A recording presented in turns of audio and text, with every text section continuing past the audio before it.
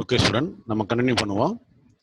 ஆக்சுவலாக அந்த நீங்கள் பார்க்குற ஸ்லைடு பார்த்தாச்சு. தட் இஸ் இம்ப்ளிகேஷன், அதாவது தாக்கங்கள். அது ஜேபிசியோடைய அந்த லா ஆஃப் மார்க்கெட் இல்லையா, அந்த லா ஆஃப் மார்க்கெட்ன்றத அந்த தெரியோட தாக்கங்கள் நம்ம இந்த ஸ்லைடில் பார்த்தோம். நெக்ஸ்ட் பார்த்துன்னு சொன்னால் நெக்ஸ்ட் ஸ்லைடு வந்து கிரிட்டிசிசம். ஆக்சுவலாக நம்ம கிரிட்டிசிசம் பேசிகிட்டு இருக்கிறோம். ஸோ இந்த கிரிட்டிசிசம் பொறுத்த வரைக்கும் ஃபர்ஸ்ட் ஒன் பார்த்தீங்கன்னா Keynes one of the major criticiser of the சேல்ஸ் லா ஆஃப் மார்க்கெட்ஸ் என்ன சொன்னால் supply does not create its own demand சொல்கிறாரு. அதாவது உற்பத்தி பண்ணுற பொருட்கள் அத்தனையுமே தனக்கான தேவையை ஏற்படுத்திக்காது அப்படின்னு சொல்ல வர்றாரு. அதாவது ஆக்சுவலாக ஜேபிசியே என்ன சொல்கிறேன்னா, உற்பத்தி பண்ணுற பொருட்கள் பணம் வருது, அந்த பணத்தை வந்து அந்த பொருளே வாங்கிடுறாங்க, அதனால அந்த பொருளோட தேக்க நிலை இல்லை, ஓவர் ப்ரைஷன் இருக்கான்னு சொல்கிறாரு. ஆனால் கீன்ஸ் பாயிண்ட் ஆஃப் வியூனா consumer not spend whole income on consumption, a part of income will save அப்படின்னு சொல்றாரு. அதாவது he divide the income for consumption and savings அப்படின்னு சொல்லி கீன்ஸ் சொல்லுவார். That's why he said it is not applicable where demand does not increase as much as production increase. பார்த்தீங்களா, அது என்ன சொல்றோம்னா supply does not creates own demand அப்படின்னு சொல்றாரு. Suppose supply அந்த மாதிரி அதுக்கான தேவையை கிரியேட் பண்ணுச்சுன்னா கீன்ஸ் எப்படி சொல்றாரு பாருங்களேன், தேவை அதிகமா இருக்கு, அதுக்கு அதனால சப்ளை வந்துருமா? சப்போஸ் டிமாண்ட் இன்க்ரீஸ் ஆயிடுச்சுன்னா அதுக்கான சப்ளை அதிகம் பண்ண முடியுமானா முடியாது. உங்களுக்கு புரியுதா? அதாவது ஜேபிசி என்ன சொன்னா supply creates it's own demand, அதாவது எந்த அளவுக்கு அளிப்பு இருக்குதோ அந்த அளவுக்கு தேவை இருக்குன்னு சொல்றாரு. சரி, அவர் சொல்றது சரின்னு சொன்னா கீன்ஸ் என்ன கேட்கறேன்னா, அப்ப எந்த அளவுக்கு தேவை இருக்குதோ அந்த அளவுக்கு அளிப்பு வரணும் இல்லையா? இப்போ whatever the demand there should be a சப்ளைன்னு சொல்றாரு. பட் அது வாய்ப்பு இல்லை. Because there is n number of demand. ஹியூமனுடைய டிமாண்ட் பார்த்தீங்கன்னா ஒன் பார்த்தீங்கன்னா அது அது போயிட்டே இருக்கும். எல்லாத்தையும் நம்ம சாட்டிஸ்ஃபை பண்ணணுமா, சப்ளை பண்ணணுமா? முடியாது இல்லை. ஸோ அது ஃபர்ஸ்ட் ஒன்று கிரிட்டிசிசம் சொல்றாங்க. செகண்ட் வந்து automatic adjustment process will not remove unemployment. அதாவது அன்எம்ப்ளாய்மெண்ட் ஒரு பிரச்சனையை மார்க்கெட்டை தன்னைத்தானே சரி பண்ணிக்கணும். அந்த ஆட்டோமேட்டிக் ப்ராசஸ் சொல்ற இல்லையா, ஆட்டோமேட்டிக் அட்ஜஸ்ட்மெண்ட் ப்ராசஸ் சொல்றாரு இல்லையா ஜேபிசி, அது வந்து பார்த்தீங்கன்னா நாட்டில் இருக்கின்ற அந்த அன்எம்ப்ளாய்மெண்ட் ப்ராப்ளத்தை சரி பண்ணாது அப்படின்னு சொல்றாரு. ஏன்னா அன்எம்ப்ளாய்மெண்ட் சரி பண்றதுக்கு நிறைய வந்து என்ன உங்களுக்கு நிறைய steps government should be taken. But வந்து மார்க்கெட் ஃபோர்ஸஸே இது சரி பண்ணிக்கணும்னு சொல்றதெல்லாம் அக்செப்டபிள்ஸ் இல்லைன்னு சொல்றாரு. So unemployment can be removed by increase in the rate of investment. அப்போ என்ன பண்ணணும், அன்எம்ப்ளாய்மெண்ட் போகணும்னா நிறைய வேலைவாய்ப்பு கிடைக்கணும். நிறைய வேலைவாய்ப்பு கிடைக்கணும், இன்வெஸ்ட்மெண்ட் இன்க்ரீஸ் பண்ணணும் இல்ல. ஸோ இன்வெஸ்ட்மெண்ட் இன்க்ரீஸ் பண்ணா investment generate additional employments. So it will absorb the surplus of labour. So unemployment problem solve ஆகும். ஆனால் இவர் எப்படி சொல்லவே இல்லை. நெக்ஸ்ட் வந்து மணி இஸ் நாட் நியூட்ரல். அவர் என்ன சொல்ற, மணி வந்து ஜஸ்ட் ஒரு நியூட்ரல் தான் வச்சிருந்தாரு யாரு, ஜேபிசி. ஆனால் கிரிட்டிசிஸ் என்ன சொல்றாங்கன்னா, மணி வந்து நியூட்ரல் இல்லை, டிஸ்பிளே வைட்டல் ரோல் இந்த எக்கனாமி. மணி வந்து மிக முக்கியமான ஒரு விஷயம் அப்படின்னு சொல்றாரு. அதே நேரத்தில் sales law is based on the proposition that supply creates its own demand and there is no overproduction. But Keynes said that overproduction is possible. Of course, ஒரு சொல்ற மாதிரி பார்த்தீங்கன்னா ஜேபிசி சொல்ற மாதிரி வரைக்கும் நாட்டில் வந்து ஓவர் ப்ரொடக்ஷனே வராது. ஏன்னா அது எல்லாமே நேரில் பார்த்துட்டு நம்ம நிறைய எல்லாரும் சேல் ஆகிடுன்னு சொல்றாரு. ஆனால் கண்டிப்பாக ஓவர் ப்ரொடக்ஷன் வரும் அப்படின்னு யாரு கீன்ஸ் சொல்றாரு. வந்ததுக்குன்னா நமக்கு ஒரு எக்ஸாம்பிள் இருக்கு. 1929 ஓவர் ப்ரொடக்ஷன் வந்ததுனால தான் நம்ம என்ன பண்றோம், அங்கே டிப்ரெஷன் ஃபேஸ் பண்ணாம. ஓகேங்களா. நெக்ஸ்ட் வந்து பார்த்தீங்கன்னா Keynes regarded full employment as a special case because there is under employment in capital economist. புரியுதுங்களா? அது கேபிட்டலிஸ்ட் எக்கனாமிக்ஸ் ஃபாலோ பண்ற இடத்துல கண்டிப்பா அன்எம்ப்ளாய்மெண்ட்ன்றது கண்டிப்பா இருக்கும், ஃபுல் எம்ப்ளாய்மெண்ட் வரவே வராது அப்படின்னு சொல்றாரு. ஏன்னா அங்க வந்து அண்டர் எம்ப்ளாய்மெண்ட் ஒரு விஷயமும் இருக்கும். அண்டர் எம்ப்ளாய்மெண்ட்னா so people working but not their position, up to their position. அது அந்த அவங்க தகுதிக்கேற்ற வேலை இல்லாமல் இருக்கலாம், இல்லை இந்த utilisation of the resource not properly done அப்படின்ற விஷயம் இருக்கலாம். இந்த மாதிரியான விஷயங்கள் இருக்கு, அண்டர் எம்ப்ளாய்மெண்ட் சுச்சுவேஷன் இருக்கும்னு சொல்றாரு. நெக்ஸ்ட் கிளாசிக்கல் எக்கனாமிக்ஸ் பொறுத்த வரைக்கும் கவர்மெண்ட் இன்டர்வென்ஷன் வேணாம். கவர்மெண்ட் இன்டர்வென்ஷன் பொருளாதார ஆக்டிவிட்டியில there is no government intervention in the economic activities. அதான் தமிழில் சொன்னாங்க. புரியுங்களா? அதாவது பொருளாதார நடவடிக்கையில் எந்த விதமான கவர்மெண்டோடைய தலையீடு இல்லைன்னு சொல்றாங்க, வேண்டாம்னு சொல்றாங்க. But that is not possible. There should be intervention by the government. கவர்மெண்டோடைய தலையீடு பொருளாதார நடவடிக்கைகள் கண்டிப்பா இருக்கணும் அப்படின்னு இன்சிஸ்ட் பண்றாரு கீன்ஸ். அதான் லாஸ்ட்ல சொல்றாங்க பாருங்களேன். The need for state intervention arises in the case of general overproduction and mass unemployment. Suppose ஒரு மிகப்பெரிய ஓவர் ப்ரொடக்ஷன் பிரச்சனை வருது, ஸோ அதனால மாஸ் அன்எம்ப்ளாய்மெண்ட் வருது. ஸோ அந்த நேரத்தில் பார்த்தீங்கன்னா ப்ரைவேட் பீப்புளில் கேபிட்டலிஸ்ட் எக்கனாமிக்ஸில் அவங்க ஒன்றும் பண்ண முடியாது, கவர்மெண்டால் மட்டும்தான் ஏபிள் டு சால்வ். சரிங்களா? அது வந்து கவர்மெண்டோட இன்டர்வென்ஷனை இங்கே இன்சிஸ்ட் பண்ணுறாங்க. ஸோ இதோட பார்த்தீங்கன்னா நம்மளுடைய ஜேபி சேவோடைய அந்த law of demand, sorry market theory அது முடியுதுங்க. ஓகேங்களா? சேல்ஸ் லா ஆஃப் மார்க்கெட் அந்த விஷயம் வந்து இந்த முடியுது. நான் என்ன சொன்னேன், அந்த கொஸ்டின் நம்பருக்கு இது வரைக்கும் ஆன்சர். ஓகேங்களா? Next, Keynesian theory of employment and income. Keynesian theory of employment and income. So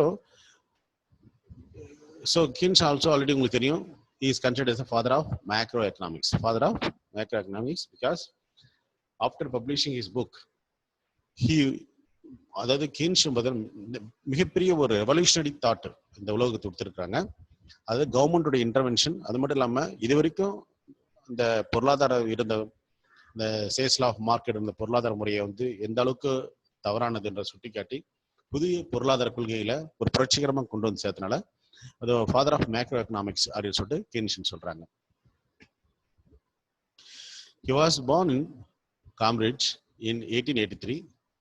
Keynes book பார்த்தீங்கன்னா general theory of employment, interest and money. So இந்த புக்கு நேமை ஞாபகம் வச்சுக்கோங்க. கண்டிப்பா நீங்க ஐஏஎஸ் எக்ஸாம் எழுதினா கூட இந்த புக்கு நேம் கண்டிப்பா கேட்பாங்க. இயரும் கண்டிப்பா ஞாபகம் வச்சுக்கோங்க. பப்ளிஷ் இன் 1936. மிக முக்கியமான ஒரு புக்கோட பேரு. அதே லைக்வைஸ் ஆடம் ஸ்மித்தோடைய புக் நேமும் நீங்க என்ன பண்ணணும், encourage into the nature and cost of wealth of nation written by Adam Smith. அந்த ஞாபகம் வச்சுக்கணும். நீங்க ரெண்டு பேர் புக்கையும் ரொம்ப முக்கியமான ஞாபகம் வச்சுக்கணும். ஓகேங்களா? Okay, come to the point. He against the belief of classical economics and the theory market and employment, and advocated his own theory of employment and the concept of full employment and underemployment. அதாவது இது வரைக்கும் எக்ஸிஸ்டன்ஸ்ல இருந்த இந்த classical எக்கனாமிக்ஸோட point of view வந்து ரொம்ப விகமெண்டா அதை criticise பண்றாரு. அது கிரிட்டிசைஸ் பண்றது மட்டும் இல்லாம he advocate his own ideas. இவர் என்ன பண்றாரு, இவருடைய சொந்த பொருளாதார தேரியை கொடுத்திருக்கிறார். இது சம்பந்தமா ஃபுல் எம்ப்ளாய்மெண்ட் சம்பந்தமாகவும் ஃபுல் எம்ப்ளாய்மெண்ட் சம்பந்தமாகவும் அண்டர் எம்ப்ளாய்மெண்ட் சம்பந்தமாகவும் இவருடைய பாயிண்ட் ஆஃப் வியூ இங்க கொடுத்திருக்கிறார். Keynes theory based on short run because the factors of production and technology and efficiency of labor remaining unchanged while determining the level of employment. அதாவது இது முக்கியமான விஷயம் பார்க்கணுமுங்க. Classical theory படிக்கும்போது தி applicable to long run அப்படின்னு படித்தோம். ஆனால் இவர் என்ன சொல்றாரு, கெனிஷன் ஷார்ட் ரன் அப்படின்னு எப்படி சஜஸ்ட் பண்றாரு. ஷார்ட் ரன் எக்ஸ்பிளைன் பண்றாரு. அதுக்கு நிறைய காரணங்கள் இருக்கு. ஏன்னா ஒரு குறுகிய காலத்துல பொருளாதார முறையோ, what is the method following in production R the consumption pattern, இந்த மாதிரி நிறைய விஷயங்கள் வந்து குறுகிய காலத்துல மாறாது. ஸோ இந்த ஷார்ட் டைம் வந்து மிக முக்கியமான விஷயமா இவர் பார்க்குறாரு இவரோட தேவையில்லை. சரிங்களா? நெக்ஸ்ட் பார்த்தீங்கன்னா ஸோ இவர் மிக முக்கியமான சொல்ற ஒரு விஷயம் பார்த்தீங்கன்னா, Keynes theory was a general theory and it tried to explain the type of situation, all type of situation exist in the economy. Not only equilibrium level of employment, but also the concept of the full employment as well as the possibility of underemployment. அதான் already நம்ம வந்து ஷார்ட்டா கொடுத்துருக்கேன் second பேராகிராஃப்ல. So next பார்த்தீங்கன்னா, the Keynes theory of employment was based on the view of the short run. According to him, the factors of production such as capital goods, supply of labor, technology, and efficiency of labor remaining unchanged while determining the level of employment. So then he suggested, and இது கேட்பாங்க Keynes theory based on அப்படி கேட்டாங்கன்னு சொன்னா ஒரு question கேட்டாங்கன்னா short run, ஒரு short run தான் வச்சு பண்ணிட்டு இருக்காரு. ஓகேங்களா? நெக்ஸ்ட் வந்து எஃபெக்டிவ் டிமாண்ட். அது கின்ஷோன் கான்ட்ரிபியூஷன்ல மிக முக்கியமான விஷயம் effective demand. Because effective demand விஷயத்தை வச்சு தான் it will determine the effective demand determine the economy. சரிங்களா? எந்த அளவுக்கு மக்களுடைய அந்த வாங்குகின்ற சக்தி இருக்குதோ அந்த அளவுக்கு பொருளாதார நடவடிக்கைகள் இருக்கும் அப்படின்னு சொன்னார். ஃபார் எக்ஸாம்பிள் பாருங்களேன், இப்போ தேர் இஸ் நோ டிமாண்ட், என்ன நடக்கும் பாருங்க. There is no demand for any goods, what will happen? உற்பத்தி பண்ண வேண்டிய அவசியம் இல்லை, தேவையில்லாம ஏன் உற்பத்தி பண்ணணும் சொல்லுவாங்க இல்லையா? ஆளில்லா கடைக்கு யாரடா டீ ஆத்தவனுக்கு சொல்லுவாங்க இல்லையா? அந்த மாதிரி. ஸோ தேவையில்லாத ஏன் உற்பத்தி பண்ணணும் கொஸ்டின் வருமா இல்லையா? அப்போ உற்பத்தி நடக்கலன்னு சொன்னா வாட் வில் ஹேப்பன்? எம்ப்ளாய்மெண்ட் இல்லைன்னு அர்த்தம். எம்ப்ளாய்மெண்ட் இல்லைன்னு அர்த்தம் இன்கம் ஜென்ரேட்டர்னு அர்த்தம். வருமானம் கிடையாது. வருமானம் இல்லைன்னு சொன்னா வாட் வில் ஹேப்பன்? மக்கள் வாங்கும் சக்தி எழுந்துருவாங்க. The people lost their purchasing powers. So the economic will face the crisis. சரிங்களா? அதனால effective demand play a vital role in economic activities. சரிங்களா? எஸ்பெஷலி இன்வெஸ்ட்மெண்ட் லெவலை டிட்டர்மின் பண்றதும் எஃபெக்டிவ் டிமாண்ட் தான். சொல்லுவார் கீன்ஸ் சொல்லுவார், many times says Keynes, that is depends upon the effective demand, the investment level will be changed. If more in effective demand, more will be the investment. If any fall in the effective demand, what will happen? Same thing, that is there is a reduction in the investment level. So இதான் அவர் சொல்றது. So effective demand is play a vital role in the Keynesian contribution. Keynesian theory of employment and income is based on the principles of effective demand. Effective demand denotes money actually spent by people on product of industry. இதான் ரொம்ப முக்கியமான line. அதாவது effective demandனா மக்கள் எந்த அளவுக்கு தன்னோட பணத்தை பொருட்கள் மீது செலவு செய்யறாங்க. பொருட்கள் மீது செலவு செய்யறாங்க. எந்த பொருட்கள்? நிறுவனங்களால். The goods produced by the firm or industry. சரிங்களா? The money while entrepreneurs receives is paid in the form of rent, wage, interest and profit. அதாவது இப்படி மக்கள் செலவு செஞ்ச பணம் நேரம் எங்க போகுது? இண்டஸ்ட்ரிட்டு போகுது. அதான் என்டர்பிரனர் இல்லைங்களா? தொழில் முனைவோர்னு சொல்லுவாங்க தமிழ்ல. அவர்கிட்ட போகுது. அவரு இந்த பணத்தை என்ன பண்றாரு? தனியாக வச்சுக்கல. He distributing the money into the factors of production or on the factors of production. எப்படி? By way of rent. கடைக்கு என்ன வாடகை கொடுக்குறாரா? கடையில் வேலை செய்யுங்க பாரு, ஃபேக்டரியில் வேலை செய்யறவங்களுக்கு என்ன பண்றாரு? மேபி சேலரி கொடுக்குறாரா? நெக்ஸ்ட் அவர் லோன் வாங்கியிருப்பாரு, தட் இஸ் கேபிட்டலி, அதுக்கு இன்ட்ரெஸ்ட் கொடுக்கணும், இவருக்கு ப்ராஃபிட் எடுத்துக்கணும். ஓகேங்களா? இது இப்படி தான் என்ன பண்றாங்க, இன்கம் டிஸ்ட்ரிபியூட் ஆகிட்டு. therefore effective demand equal national income. அதான் சொன்னாங்க இல்லையா? என்ன சொன்னாங்க இன்ட்ரடக்ஷன்ல? எஃபெக்டிவ் டிமாண்ட் எந்த அளவுக்கு இருக்கோ அந்த அளவுக்கு ஒரு நாட்டுடைய வருமானமும் இருக்கும் அப்படின்னு சொல்லியிருக்காரு. ஓகேங்களா? So the relationship between employment and output of an economy depends upon the level of effective demand, which is determined the forces of aggregate supply and aggregate demand. Of course, Keynesian economics படிக்கும்போது aggregate என்ற வார்த்தை நம்ம தவிர்க்க முடியாது. Because he never forgot to explain the aggregates. ஒட்டுமொத்தமான தேவைகள், ஒட்டுமொத்தமான அளிப்புகள். So அதுதான் அங்கதான் வந்து நம்ம ஒரு இன்க்ரீஸ் பண்றாங்க. While calculating the national income, என்ன பண்ணணும்னா aggregate expenditure on goods and service, அதை பத்தி நம்ம வந்து கால்குலேட் பண்ணணும் அப்படின்னு சொல்லியிருக்காரு. ஓகேங்களா? நெக்ஸ்ட் பாருங்க, any increase in aggregate that is aggregate effective demand. அது அக்ரிகேட் எஃபெக்டிவ் டிமாண்ட் எந்த அளவுக்கு இன்க்ரீஸ் ஆகுதோ, okay, will increase the level of employment. So அந்த அளவுக்கு என்ன பண்ணோம், அந்த நாட்டில் எம்ப்ளாய்மெண்ட் இன்க்ரீஸ் ஆகும். சரி, இந்த ஃபர்ஸ்ட் லைன்ல அது டிஃபால்ட்டா அந்த ஒரு மாதிரி வந்துட்டு இருக்கு, அந்த விண்டோ ஓப்பன் ஆயிருக்கு. ஸோ அதனால நான் திரும்ப அந்த லைனை படிக்கிறேன், கவனிங்க, உங்களுக்கு தெரியலன்னா பரவாயில்ல. ஃபர்ஸ்ட் லைன் என்னன்னா, an increase in the effective demand will increase the level of employment. அதான் அந்த ஃபர்ஸ்ட் லைன். சரிங்களா? இப்போ என்ன சொல்றேன்னா, எஃபெக்டிவ் டிமாண்ட் எந்த அளவுக்கு அதிகமா இருக்கு அந்த அளவுக்கு எம்ப்ளாய்மெண்ட் இன்க்ரீஸ் ஆகும். அப்புறம் ஆப்போசிட் அடுத்த லைன்ல பாருங்க, decline in the total effective demand, what will happen? It leads to the unemployment. Of course, simple, அவ்வளவுதான்.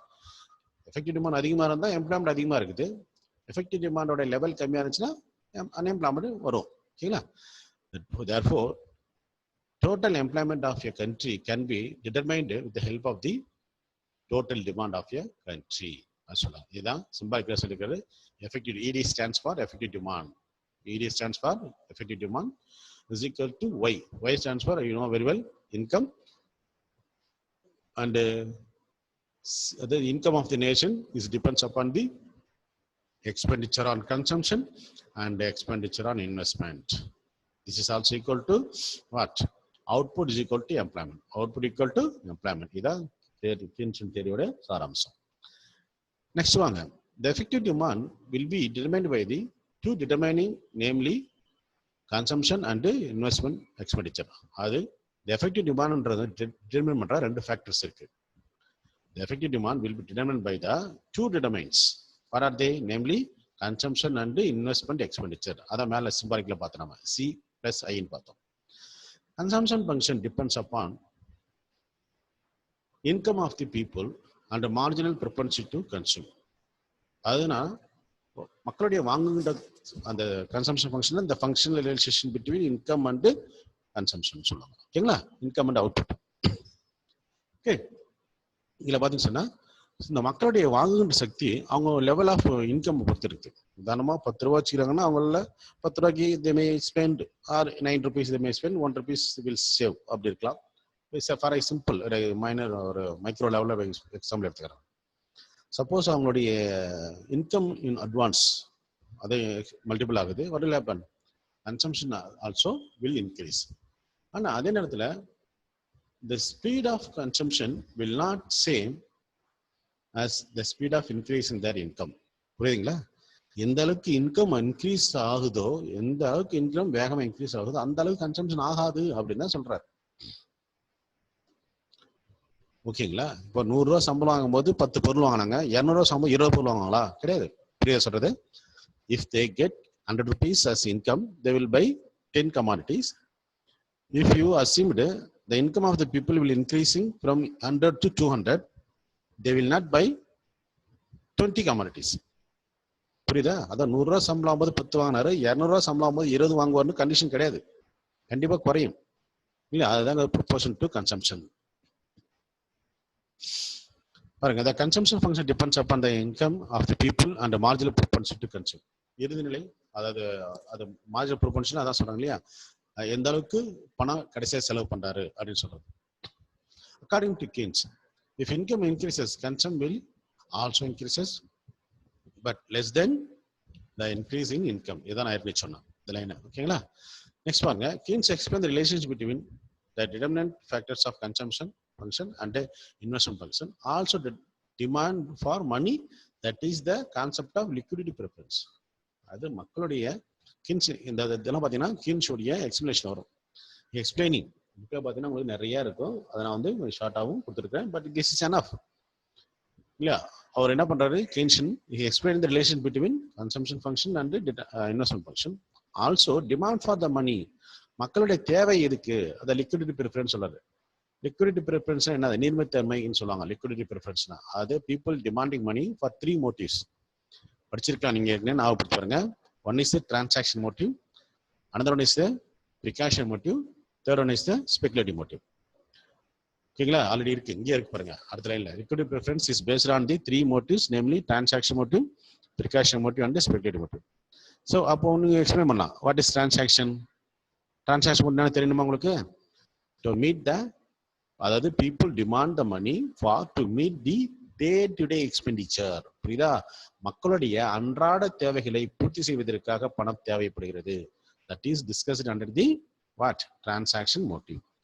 Next on the precautionary motive. People demand money to meet the unforeseen expenditure. எதிர்பார்க்க சடனா ஒரு accident, சடனா ஒரு விஷயம் நடக்குது இல்லையா? அந்த அதுக்கு ஒரு ஒரு முன்னெச்சரிக்கையோட பணம் வச்சிருப்பாங்க இல்லையா? அதுக்காக தேவைதான் ப்ரிகாஷன் மோட்டிவ். ஸ்பெகுலேட்டிவ் மோட்டிவ்ன்றது கம்ப்ளீட்டா வந்து ரேட் ஆஃப் இன்ட்ரெஸ்ட் பொறுத்து இருக்குது. அது to earn the interest will bring fourth in the future market better then existing. அது இப்போ இருக்க ரேட் ஆஃப் இன்ட்ரெஸ்டோட எதிர்காலத்தில் என்ன வரும்னு தெரியாது, பட் அது நல்லா வரும், நல்லா இன்ட்ரெஸ்ட் வரும். அந்த டைம்ல நம்ம இன்வெஸ்ட் பண்ணி அந்த இன்ட்ரெஸ்ட் நம்ம ஏர்ன் பண்றதுக்காக வச்சிருப்போம் தான் ஸ்பெகுலேட்டிவ் மணி. இது ஒரு வகையான ஒரு டிமாண்ட். ஓகேங்களா? The marginal efficiency of capital, இது ரொம்ப முக்கியமான விஷயம், இதை நான் எக்ஸ்பிளைன் பண்ணி ஆகணும். The marginal efficiency of capital is depends on 2 factors, namely propensity, the prospective yield from capital assets, and the supply price of capital. Supply price of capital, that is rate of interest. என்ன சொல்ல பாருங்க. Marginal எஃபிஷியன்சின்னு சொன்னா for example நீங்க ஒரு producer வச்சுக்கோங்க. உங்க கூட ஒரு குறிப்பிட்ட அளவு அமௌண்ட் பணம் இருக்கு. அந்த பணத்தை நீங்க எந்த தொழில முதலீடு செய்தால் லாபம் அப்படி நீங்க முடிவு பண்ணதானே முதலீடு செய்வீங்க. ஓகேங்களா? அப்படி பண்றதுதான் நேம்லி, அதாவது எந்த அளவுக்கு ஈல்டு கிடைக்கும், prospective yield from the capital assets. ஏன்டா அந்த பணத்தை வந்து நான் வந்து இப்போ வந்து வெய்ய நாள் இது, அதாவது சம்மர் சீசனு. இந்த சம்மர் சீசன்ல என்ன மாதிரி பிசினஸ் பண்ணணுமோ அதில் தான் போறோம். நாம போயிட்டு பணத்தை எடுத்து ஏன் பணம்ன்றதுனால போயிட்டு மழை நாளில், அதாவது ரெய்னிங் சீசன்ல போற வேண்டிய கடை போடலாமா? It's not apt. அதனால ஸோ இந்த மாதிரி ஈல்டுனா ரிட்டர்ன்ஸ், எதுல முதலீடு சேர்ந்தா நிறைய லாபம் கிடைக்கும் அப்படின்னு ஒரு எண்ணம். அதே நேரத்தில் நான் இன்வெஸ்ட்மெண்ட் பண்றேன்னா சப்ளை பிரைஸ் ஆஃப் கேபிட்டல் சொல்றாங்க. அப்படின்னா நான் லோன் வாங்கி பணம் முதலீடு செய்யறேன். லோனு எந்த ரேட் ஆஃப் இன்ட்ரெஸ்ட் கிடையாது. ரேட் ஆஃப் இன்ட்ரெஸ்ட் கம்மியா இருக்குது, அதிகமா இருக்கா? ரேட் ஆஃப் இன்ட்ரெஸ்ட் கம்மியா இருந்துச்சுன்னா நான் நிறைய பணம் வாங்கி முதலீடு செய்வேன். ஏன்னா of course I can able to manage the interest rate. But in the case of high rate of interest, what will happen? I may not suppose to maintain or manage the rate of interest. Repayment என்ன கஷ்டமாயிடும். அப்போ rate of interest அதிகமா இருக்கும்போது investment level குறையும், rate of interest கம்மியா இருக்கும்போது investment level அதிகரிக்கும் அப்படின்னு சொல்றாங்க. இது ஜென்ரலான ஒரு ஒப்பீனியன். ஓகேங்களா? ஸோ என்ன சொன்னாங்க? the production process also determined the marginal efficiency of capital depends upon the two factors. One is the prospective yield from the capital as well as the supply price of the capital. Next, aggregate demand function. அடுத்து என்ன பார்ப்போம்? நம்ம aggregate demand function. Keynes explained about aggregate demand, that is the output of an economy depends on aggregate demands. என்ன நிறைய பேசுறது அது effective demand பார்த்தோம் இல்லையா, அதை இப்போ அக்ரிகேட் டிமாண்ட் ஃபங்க்ஷன் சொல்றாரு.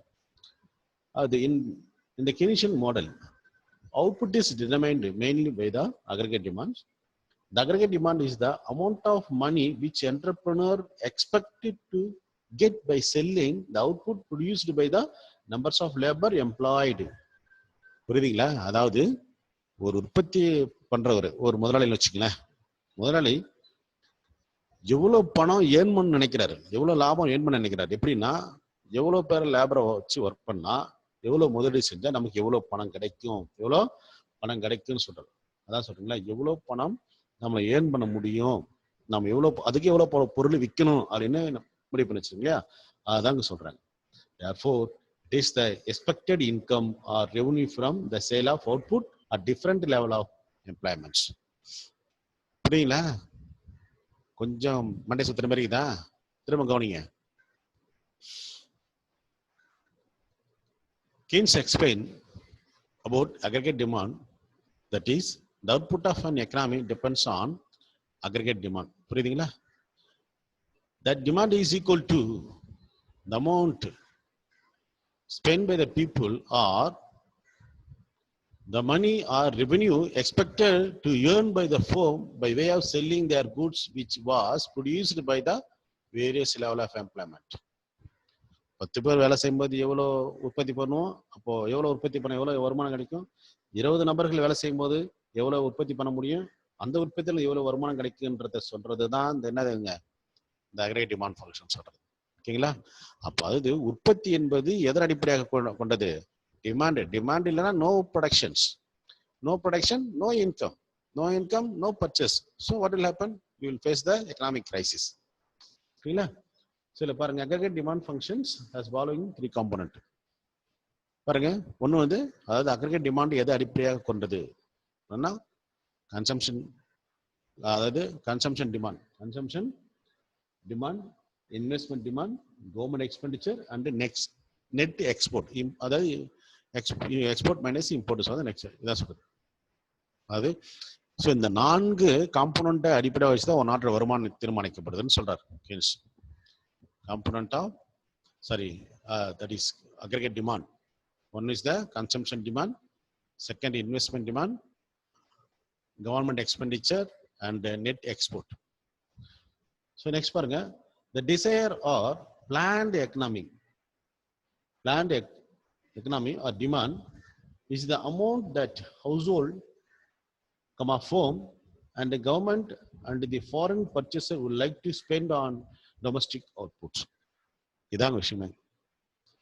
மக்கள் எவ்வளவு பண்றாங்க, உள்நாட்டு மக்களாலும் சரி, உள்நாட்டு இன்வெஸ்டர் இருந்தாலும் சரி, அரசாங்கமும் சரி, உள்நாட்டு பொருட்கள் மீது எவ்வளோ பணம் செலவு பண்ண விரும்புறாங்க. புரியுங்களா?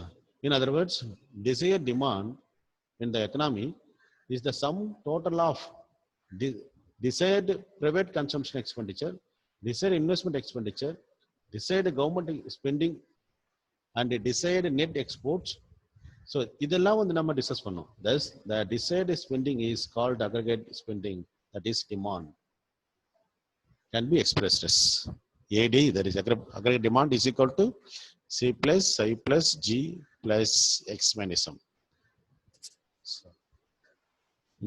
கவனமா புரிஞ்சுங்க இந்த விஷயத்த. அதனால் ஒட்டுமொத்தமா ஒரு நாட்டில் எவ்வளவு வருமானம் இன்கம் ஜென்ரேட் ஆகுது, அது எதை அடிப்படையாக கொண்டதுனால் that is effective demand, அவ்வளவுதான், வேற எதுவும் நீங்க இப்படி கன்ஃபியூஸ் பண்ணி தேவையில்ல. ஓகேங்களா? ஓகே, இது டிசைட் ஆன் பிளான்டு டிமாண்ட் சொல்றாங்க இல்லையா?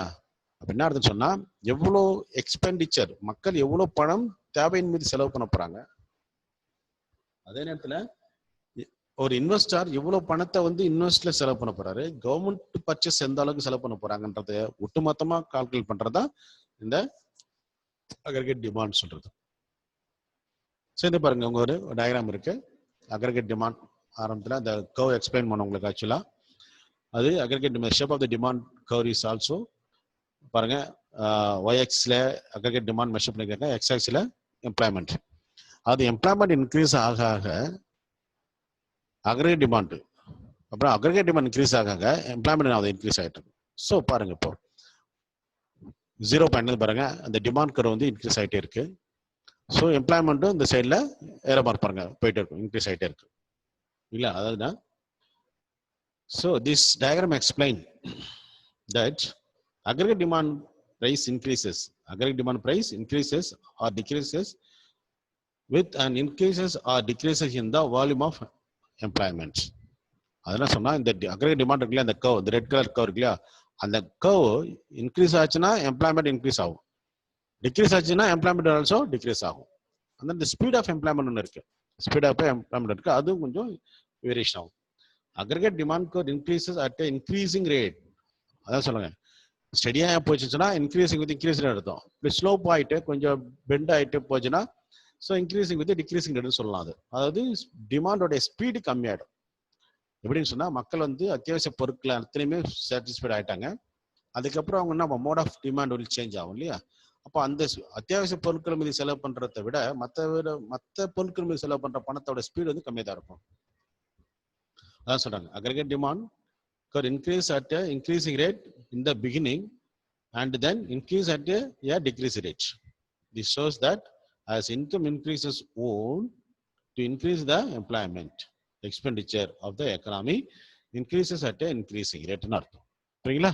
ஸோ இதுதான் அதாவது எந்த அளவு எஃபெக்டிவ் டிமாண்ட் இன்க்ரீஸ் ஆகுதோ அந்த அளவுக்கு எம்ப்ளாய்மெண்ட்டும் இன்கமும் இன்க்ரீஸ் ஆகும். That is the thing they trying to explain in the slide. Okay, next. Next, you go to see the aggregate supply function. Aggregate supply function. Okay, we will see the that is, we will continue the class in the next video. I will stop with this. Okay, student, go through the topic discussed very carefully, because this is very, very important topic we discussed today. If you are not able to understand, go through more than 2 times, 3 times the video. That will help you to understanding the concept well, because this is a basic and very, very important part of the economic subject. If you understand properly about these topics, it will help you to understand the future topic that we are going to be discussed in the following classes. Okay, and also carefully go through the question part and act accordingly, guided by the as per the planner. Okay.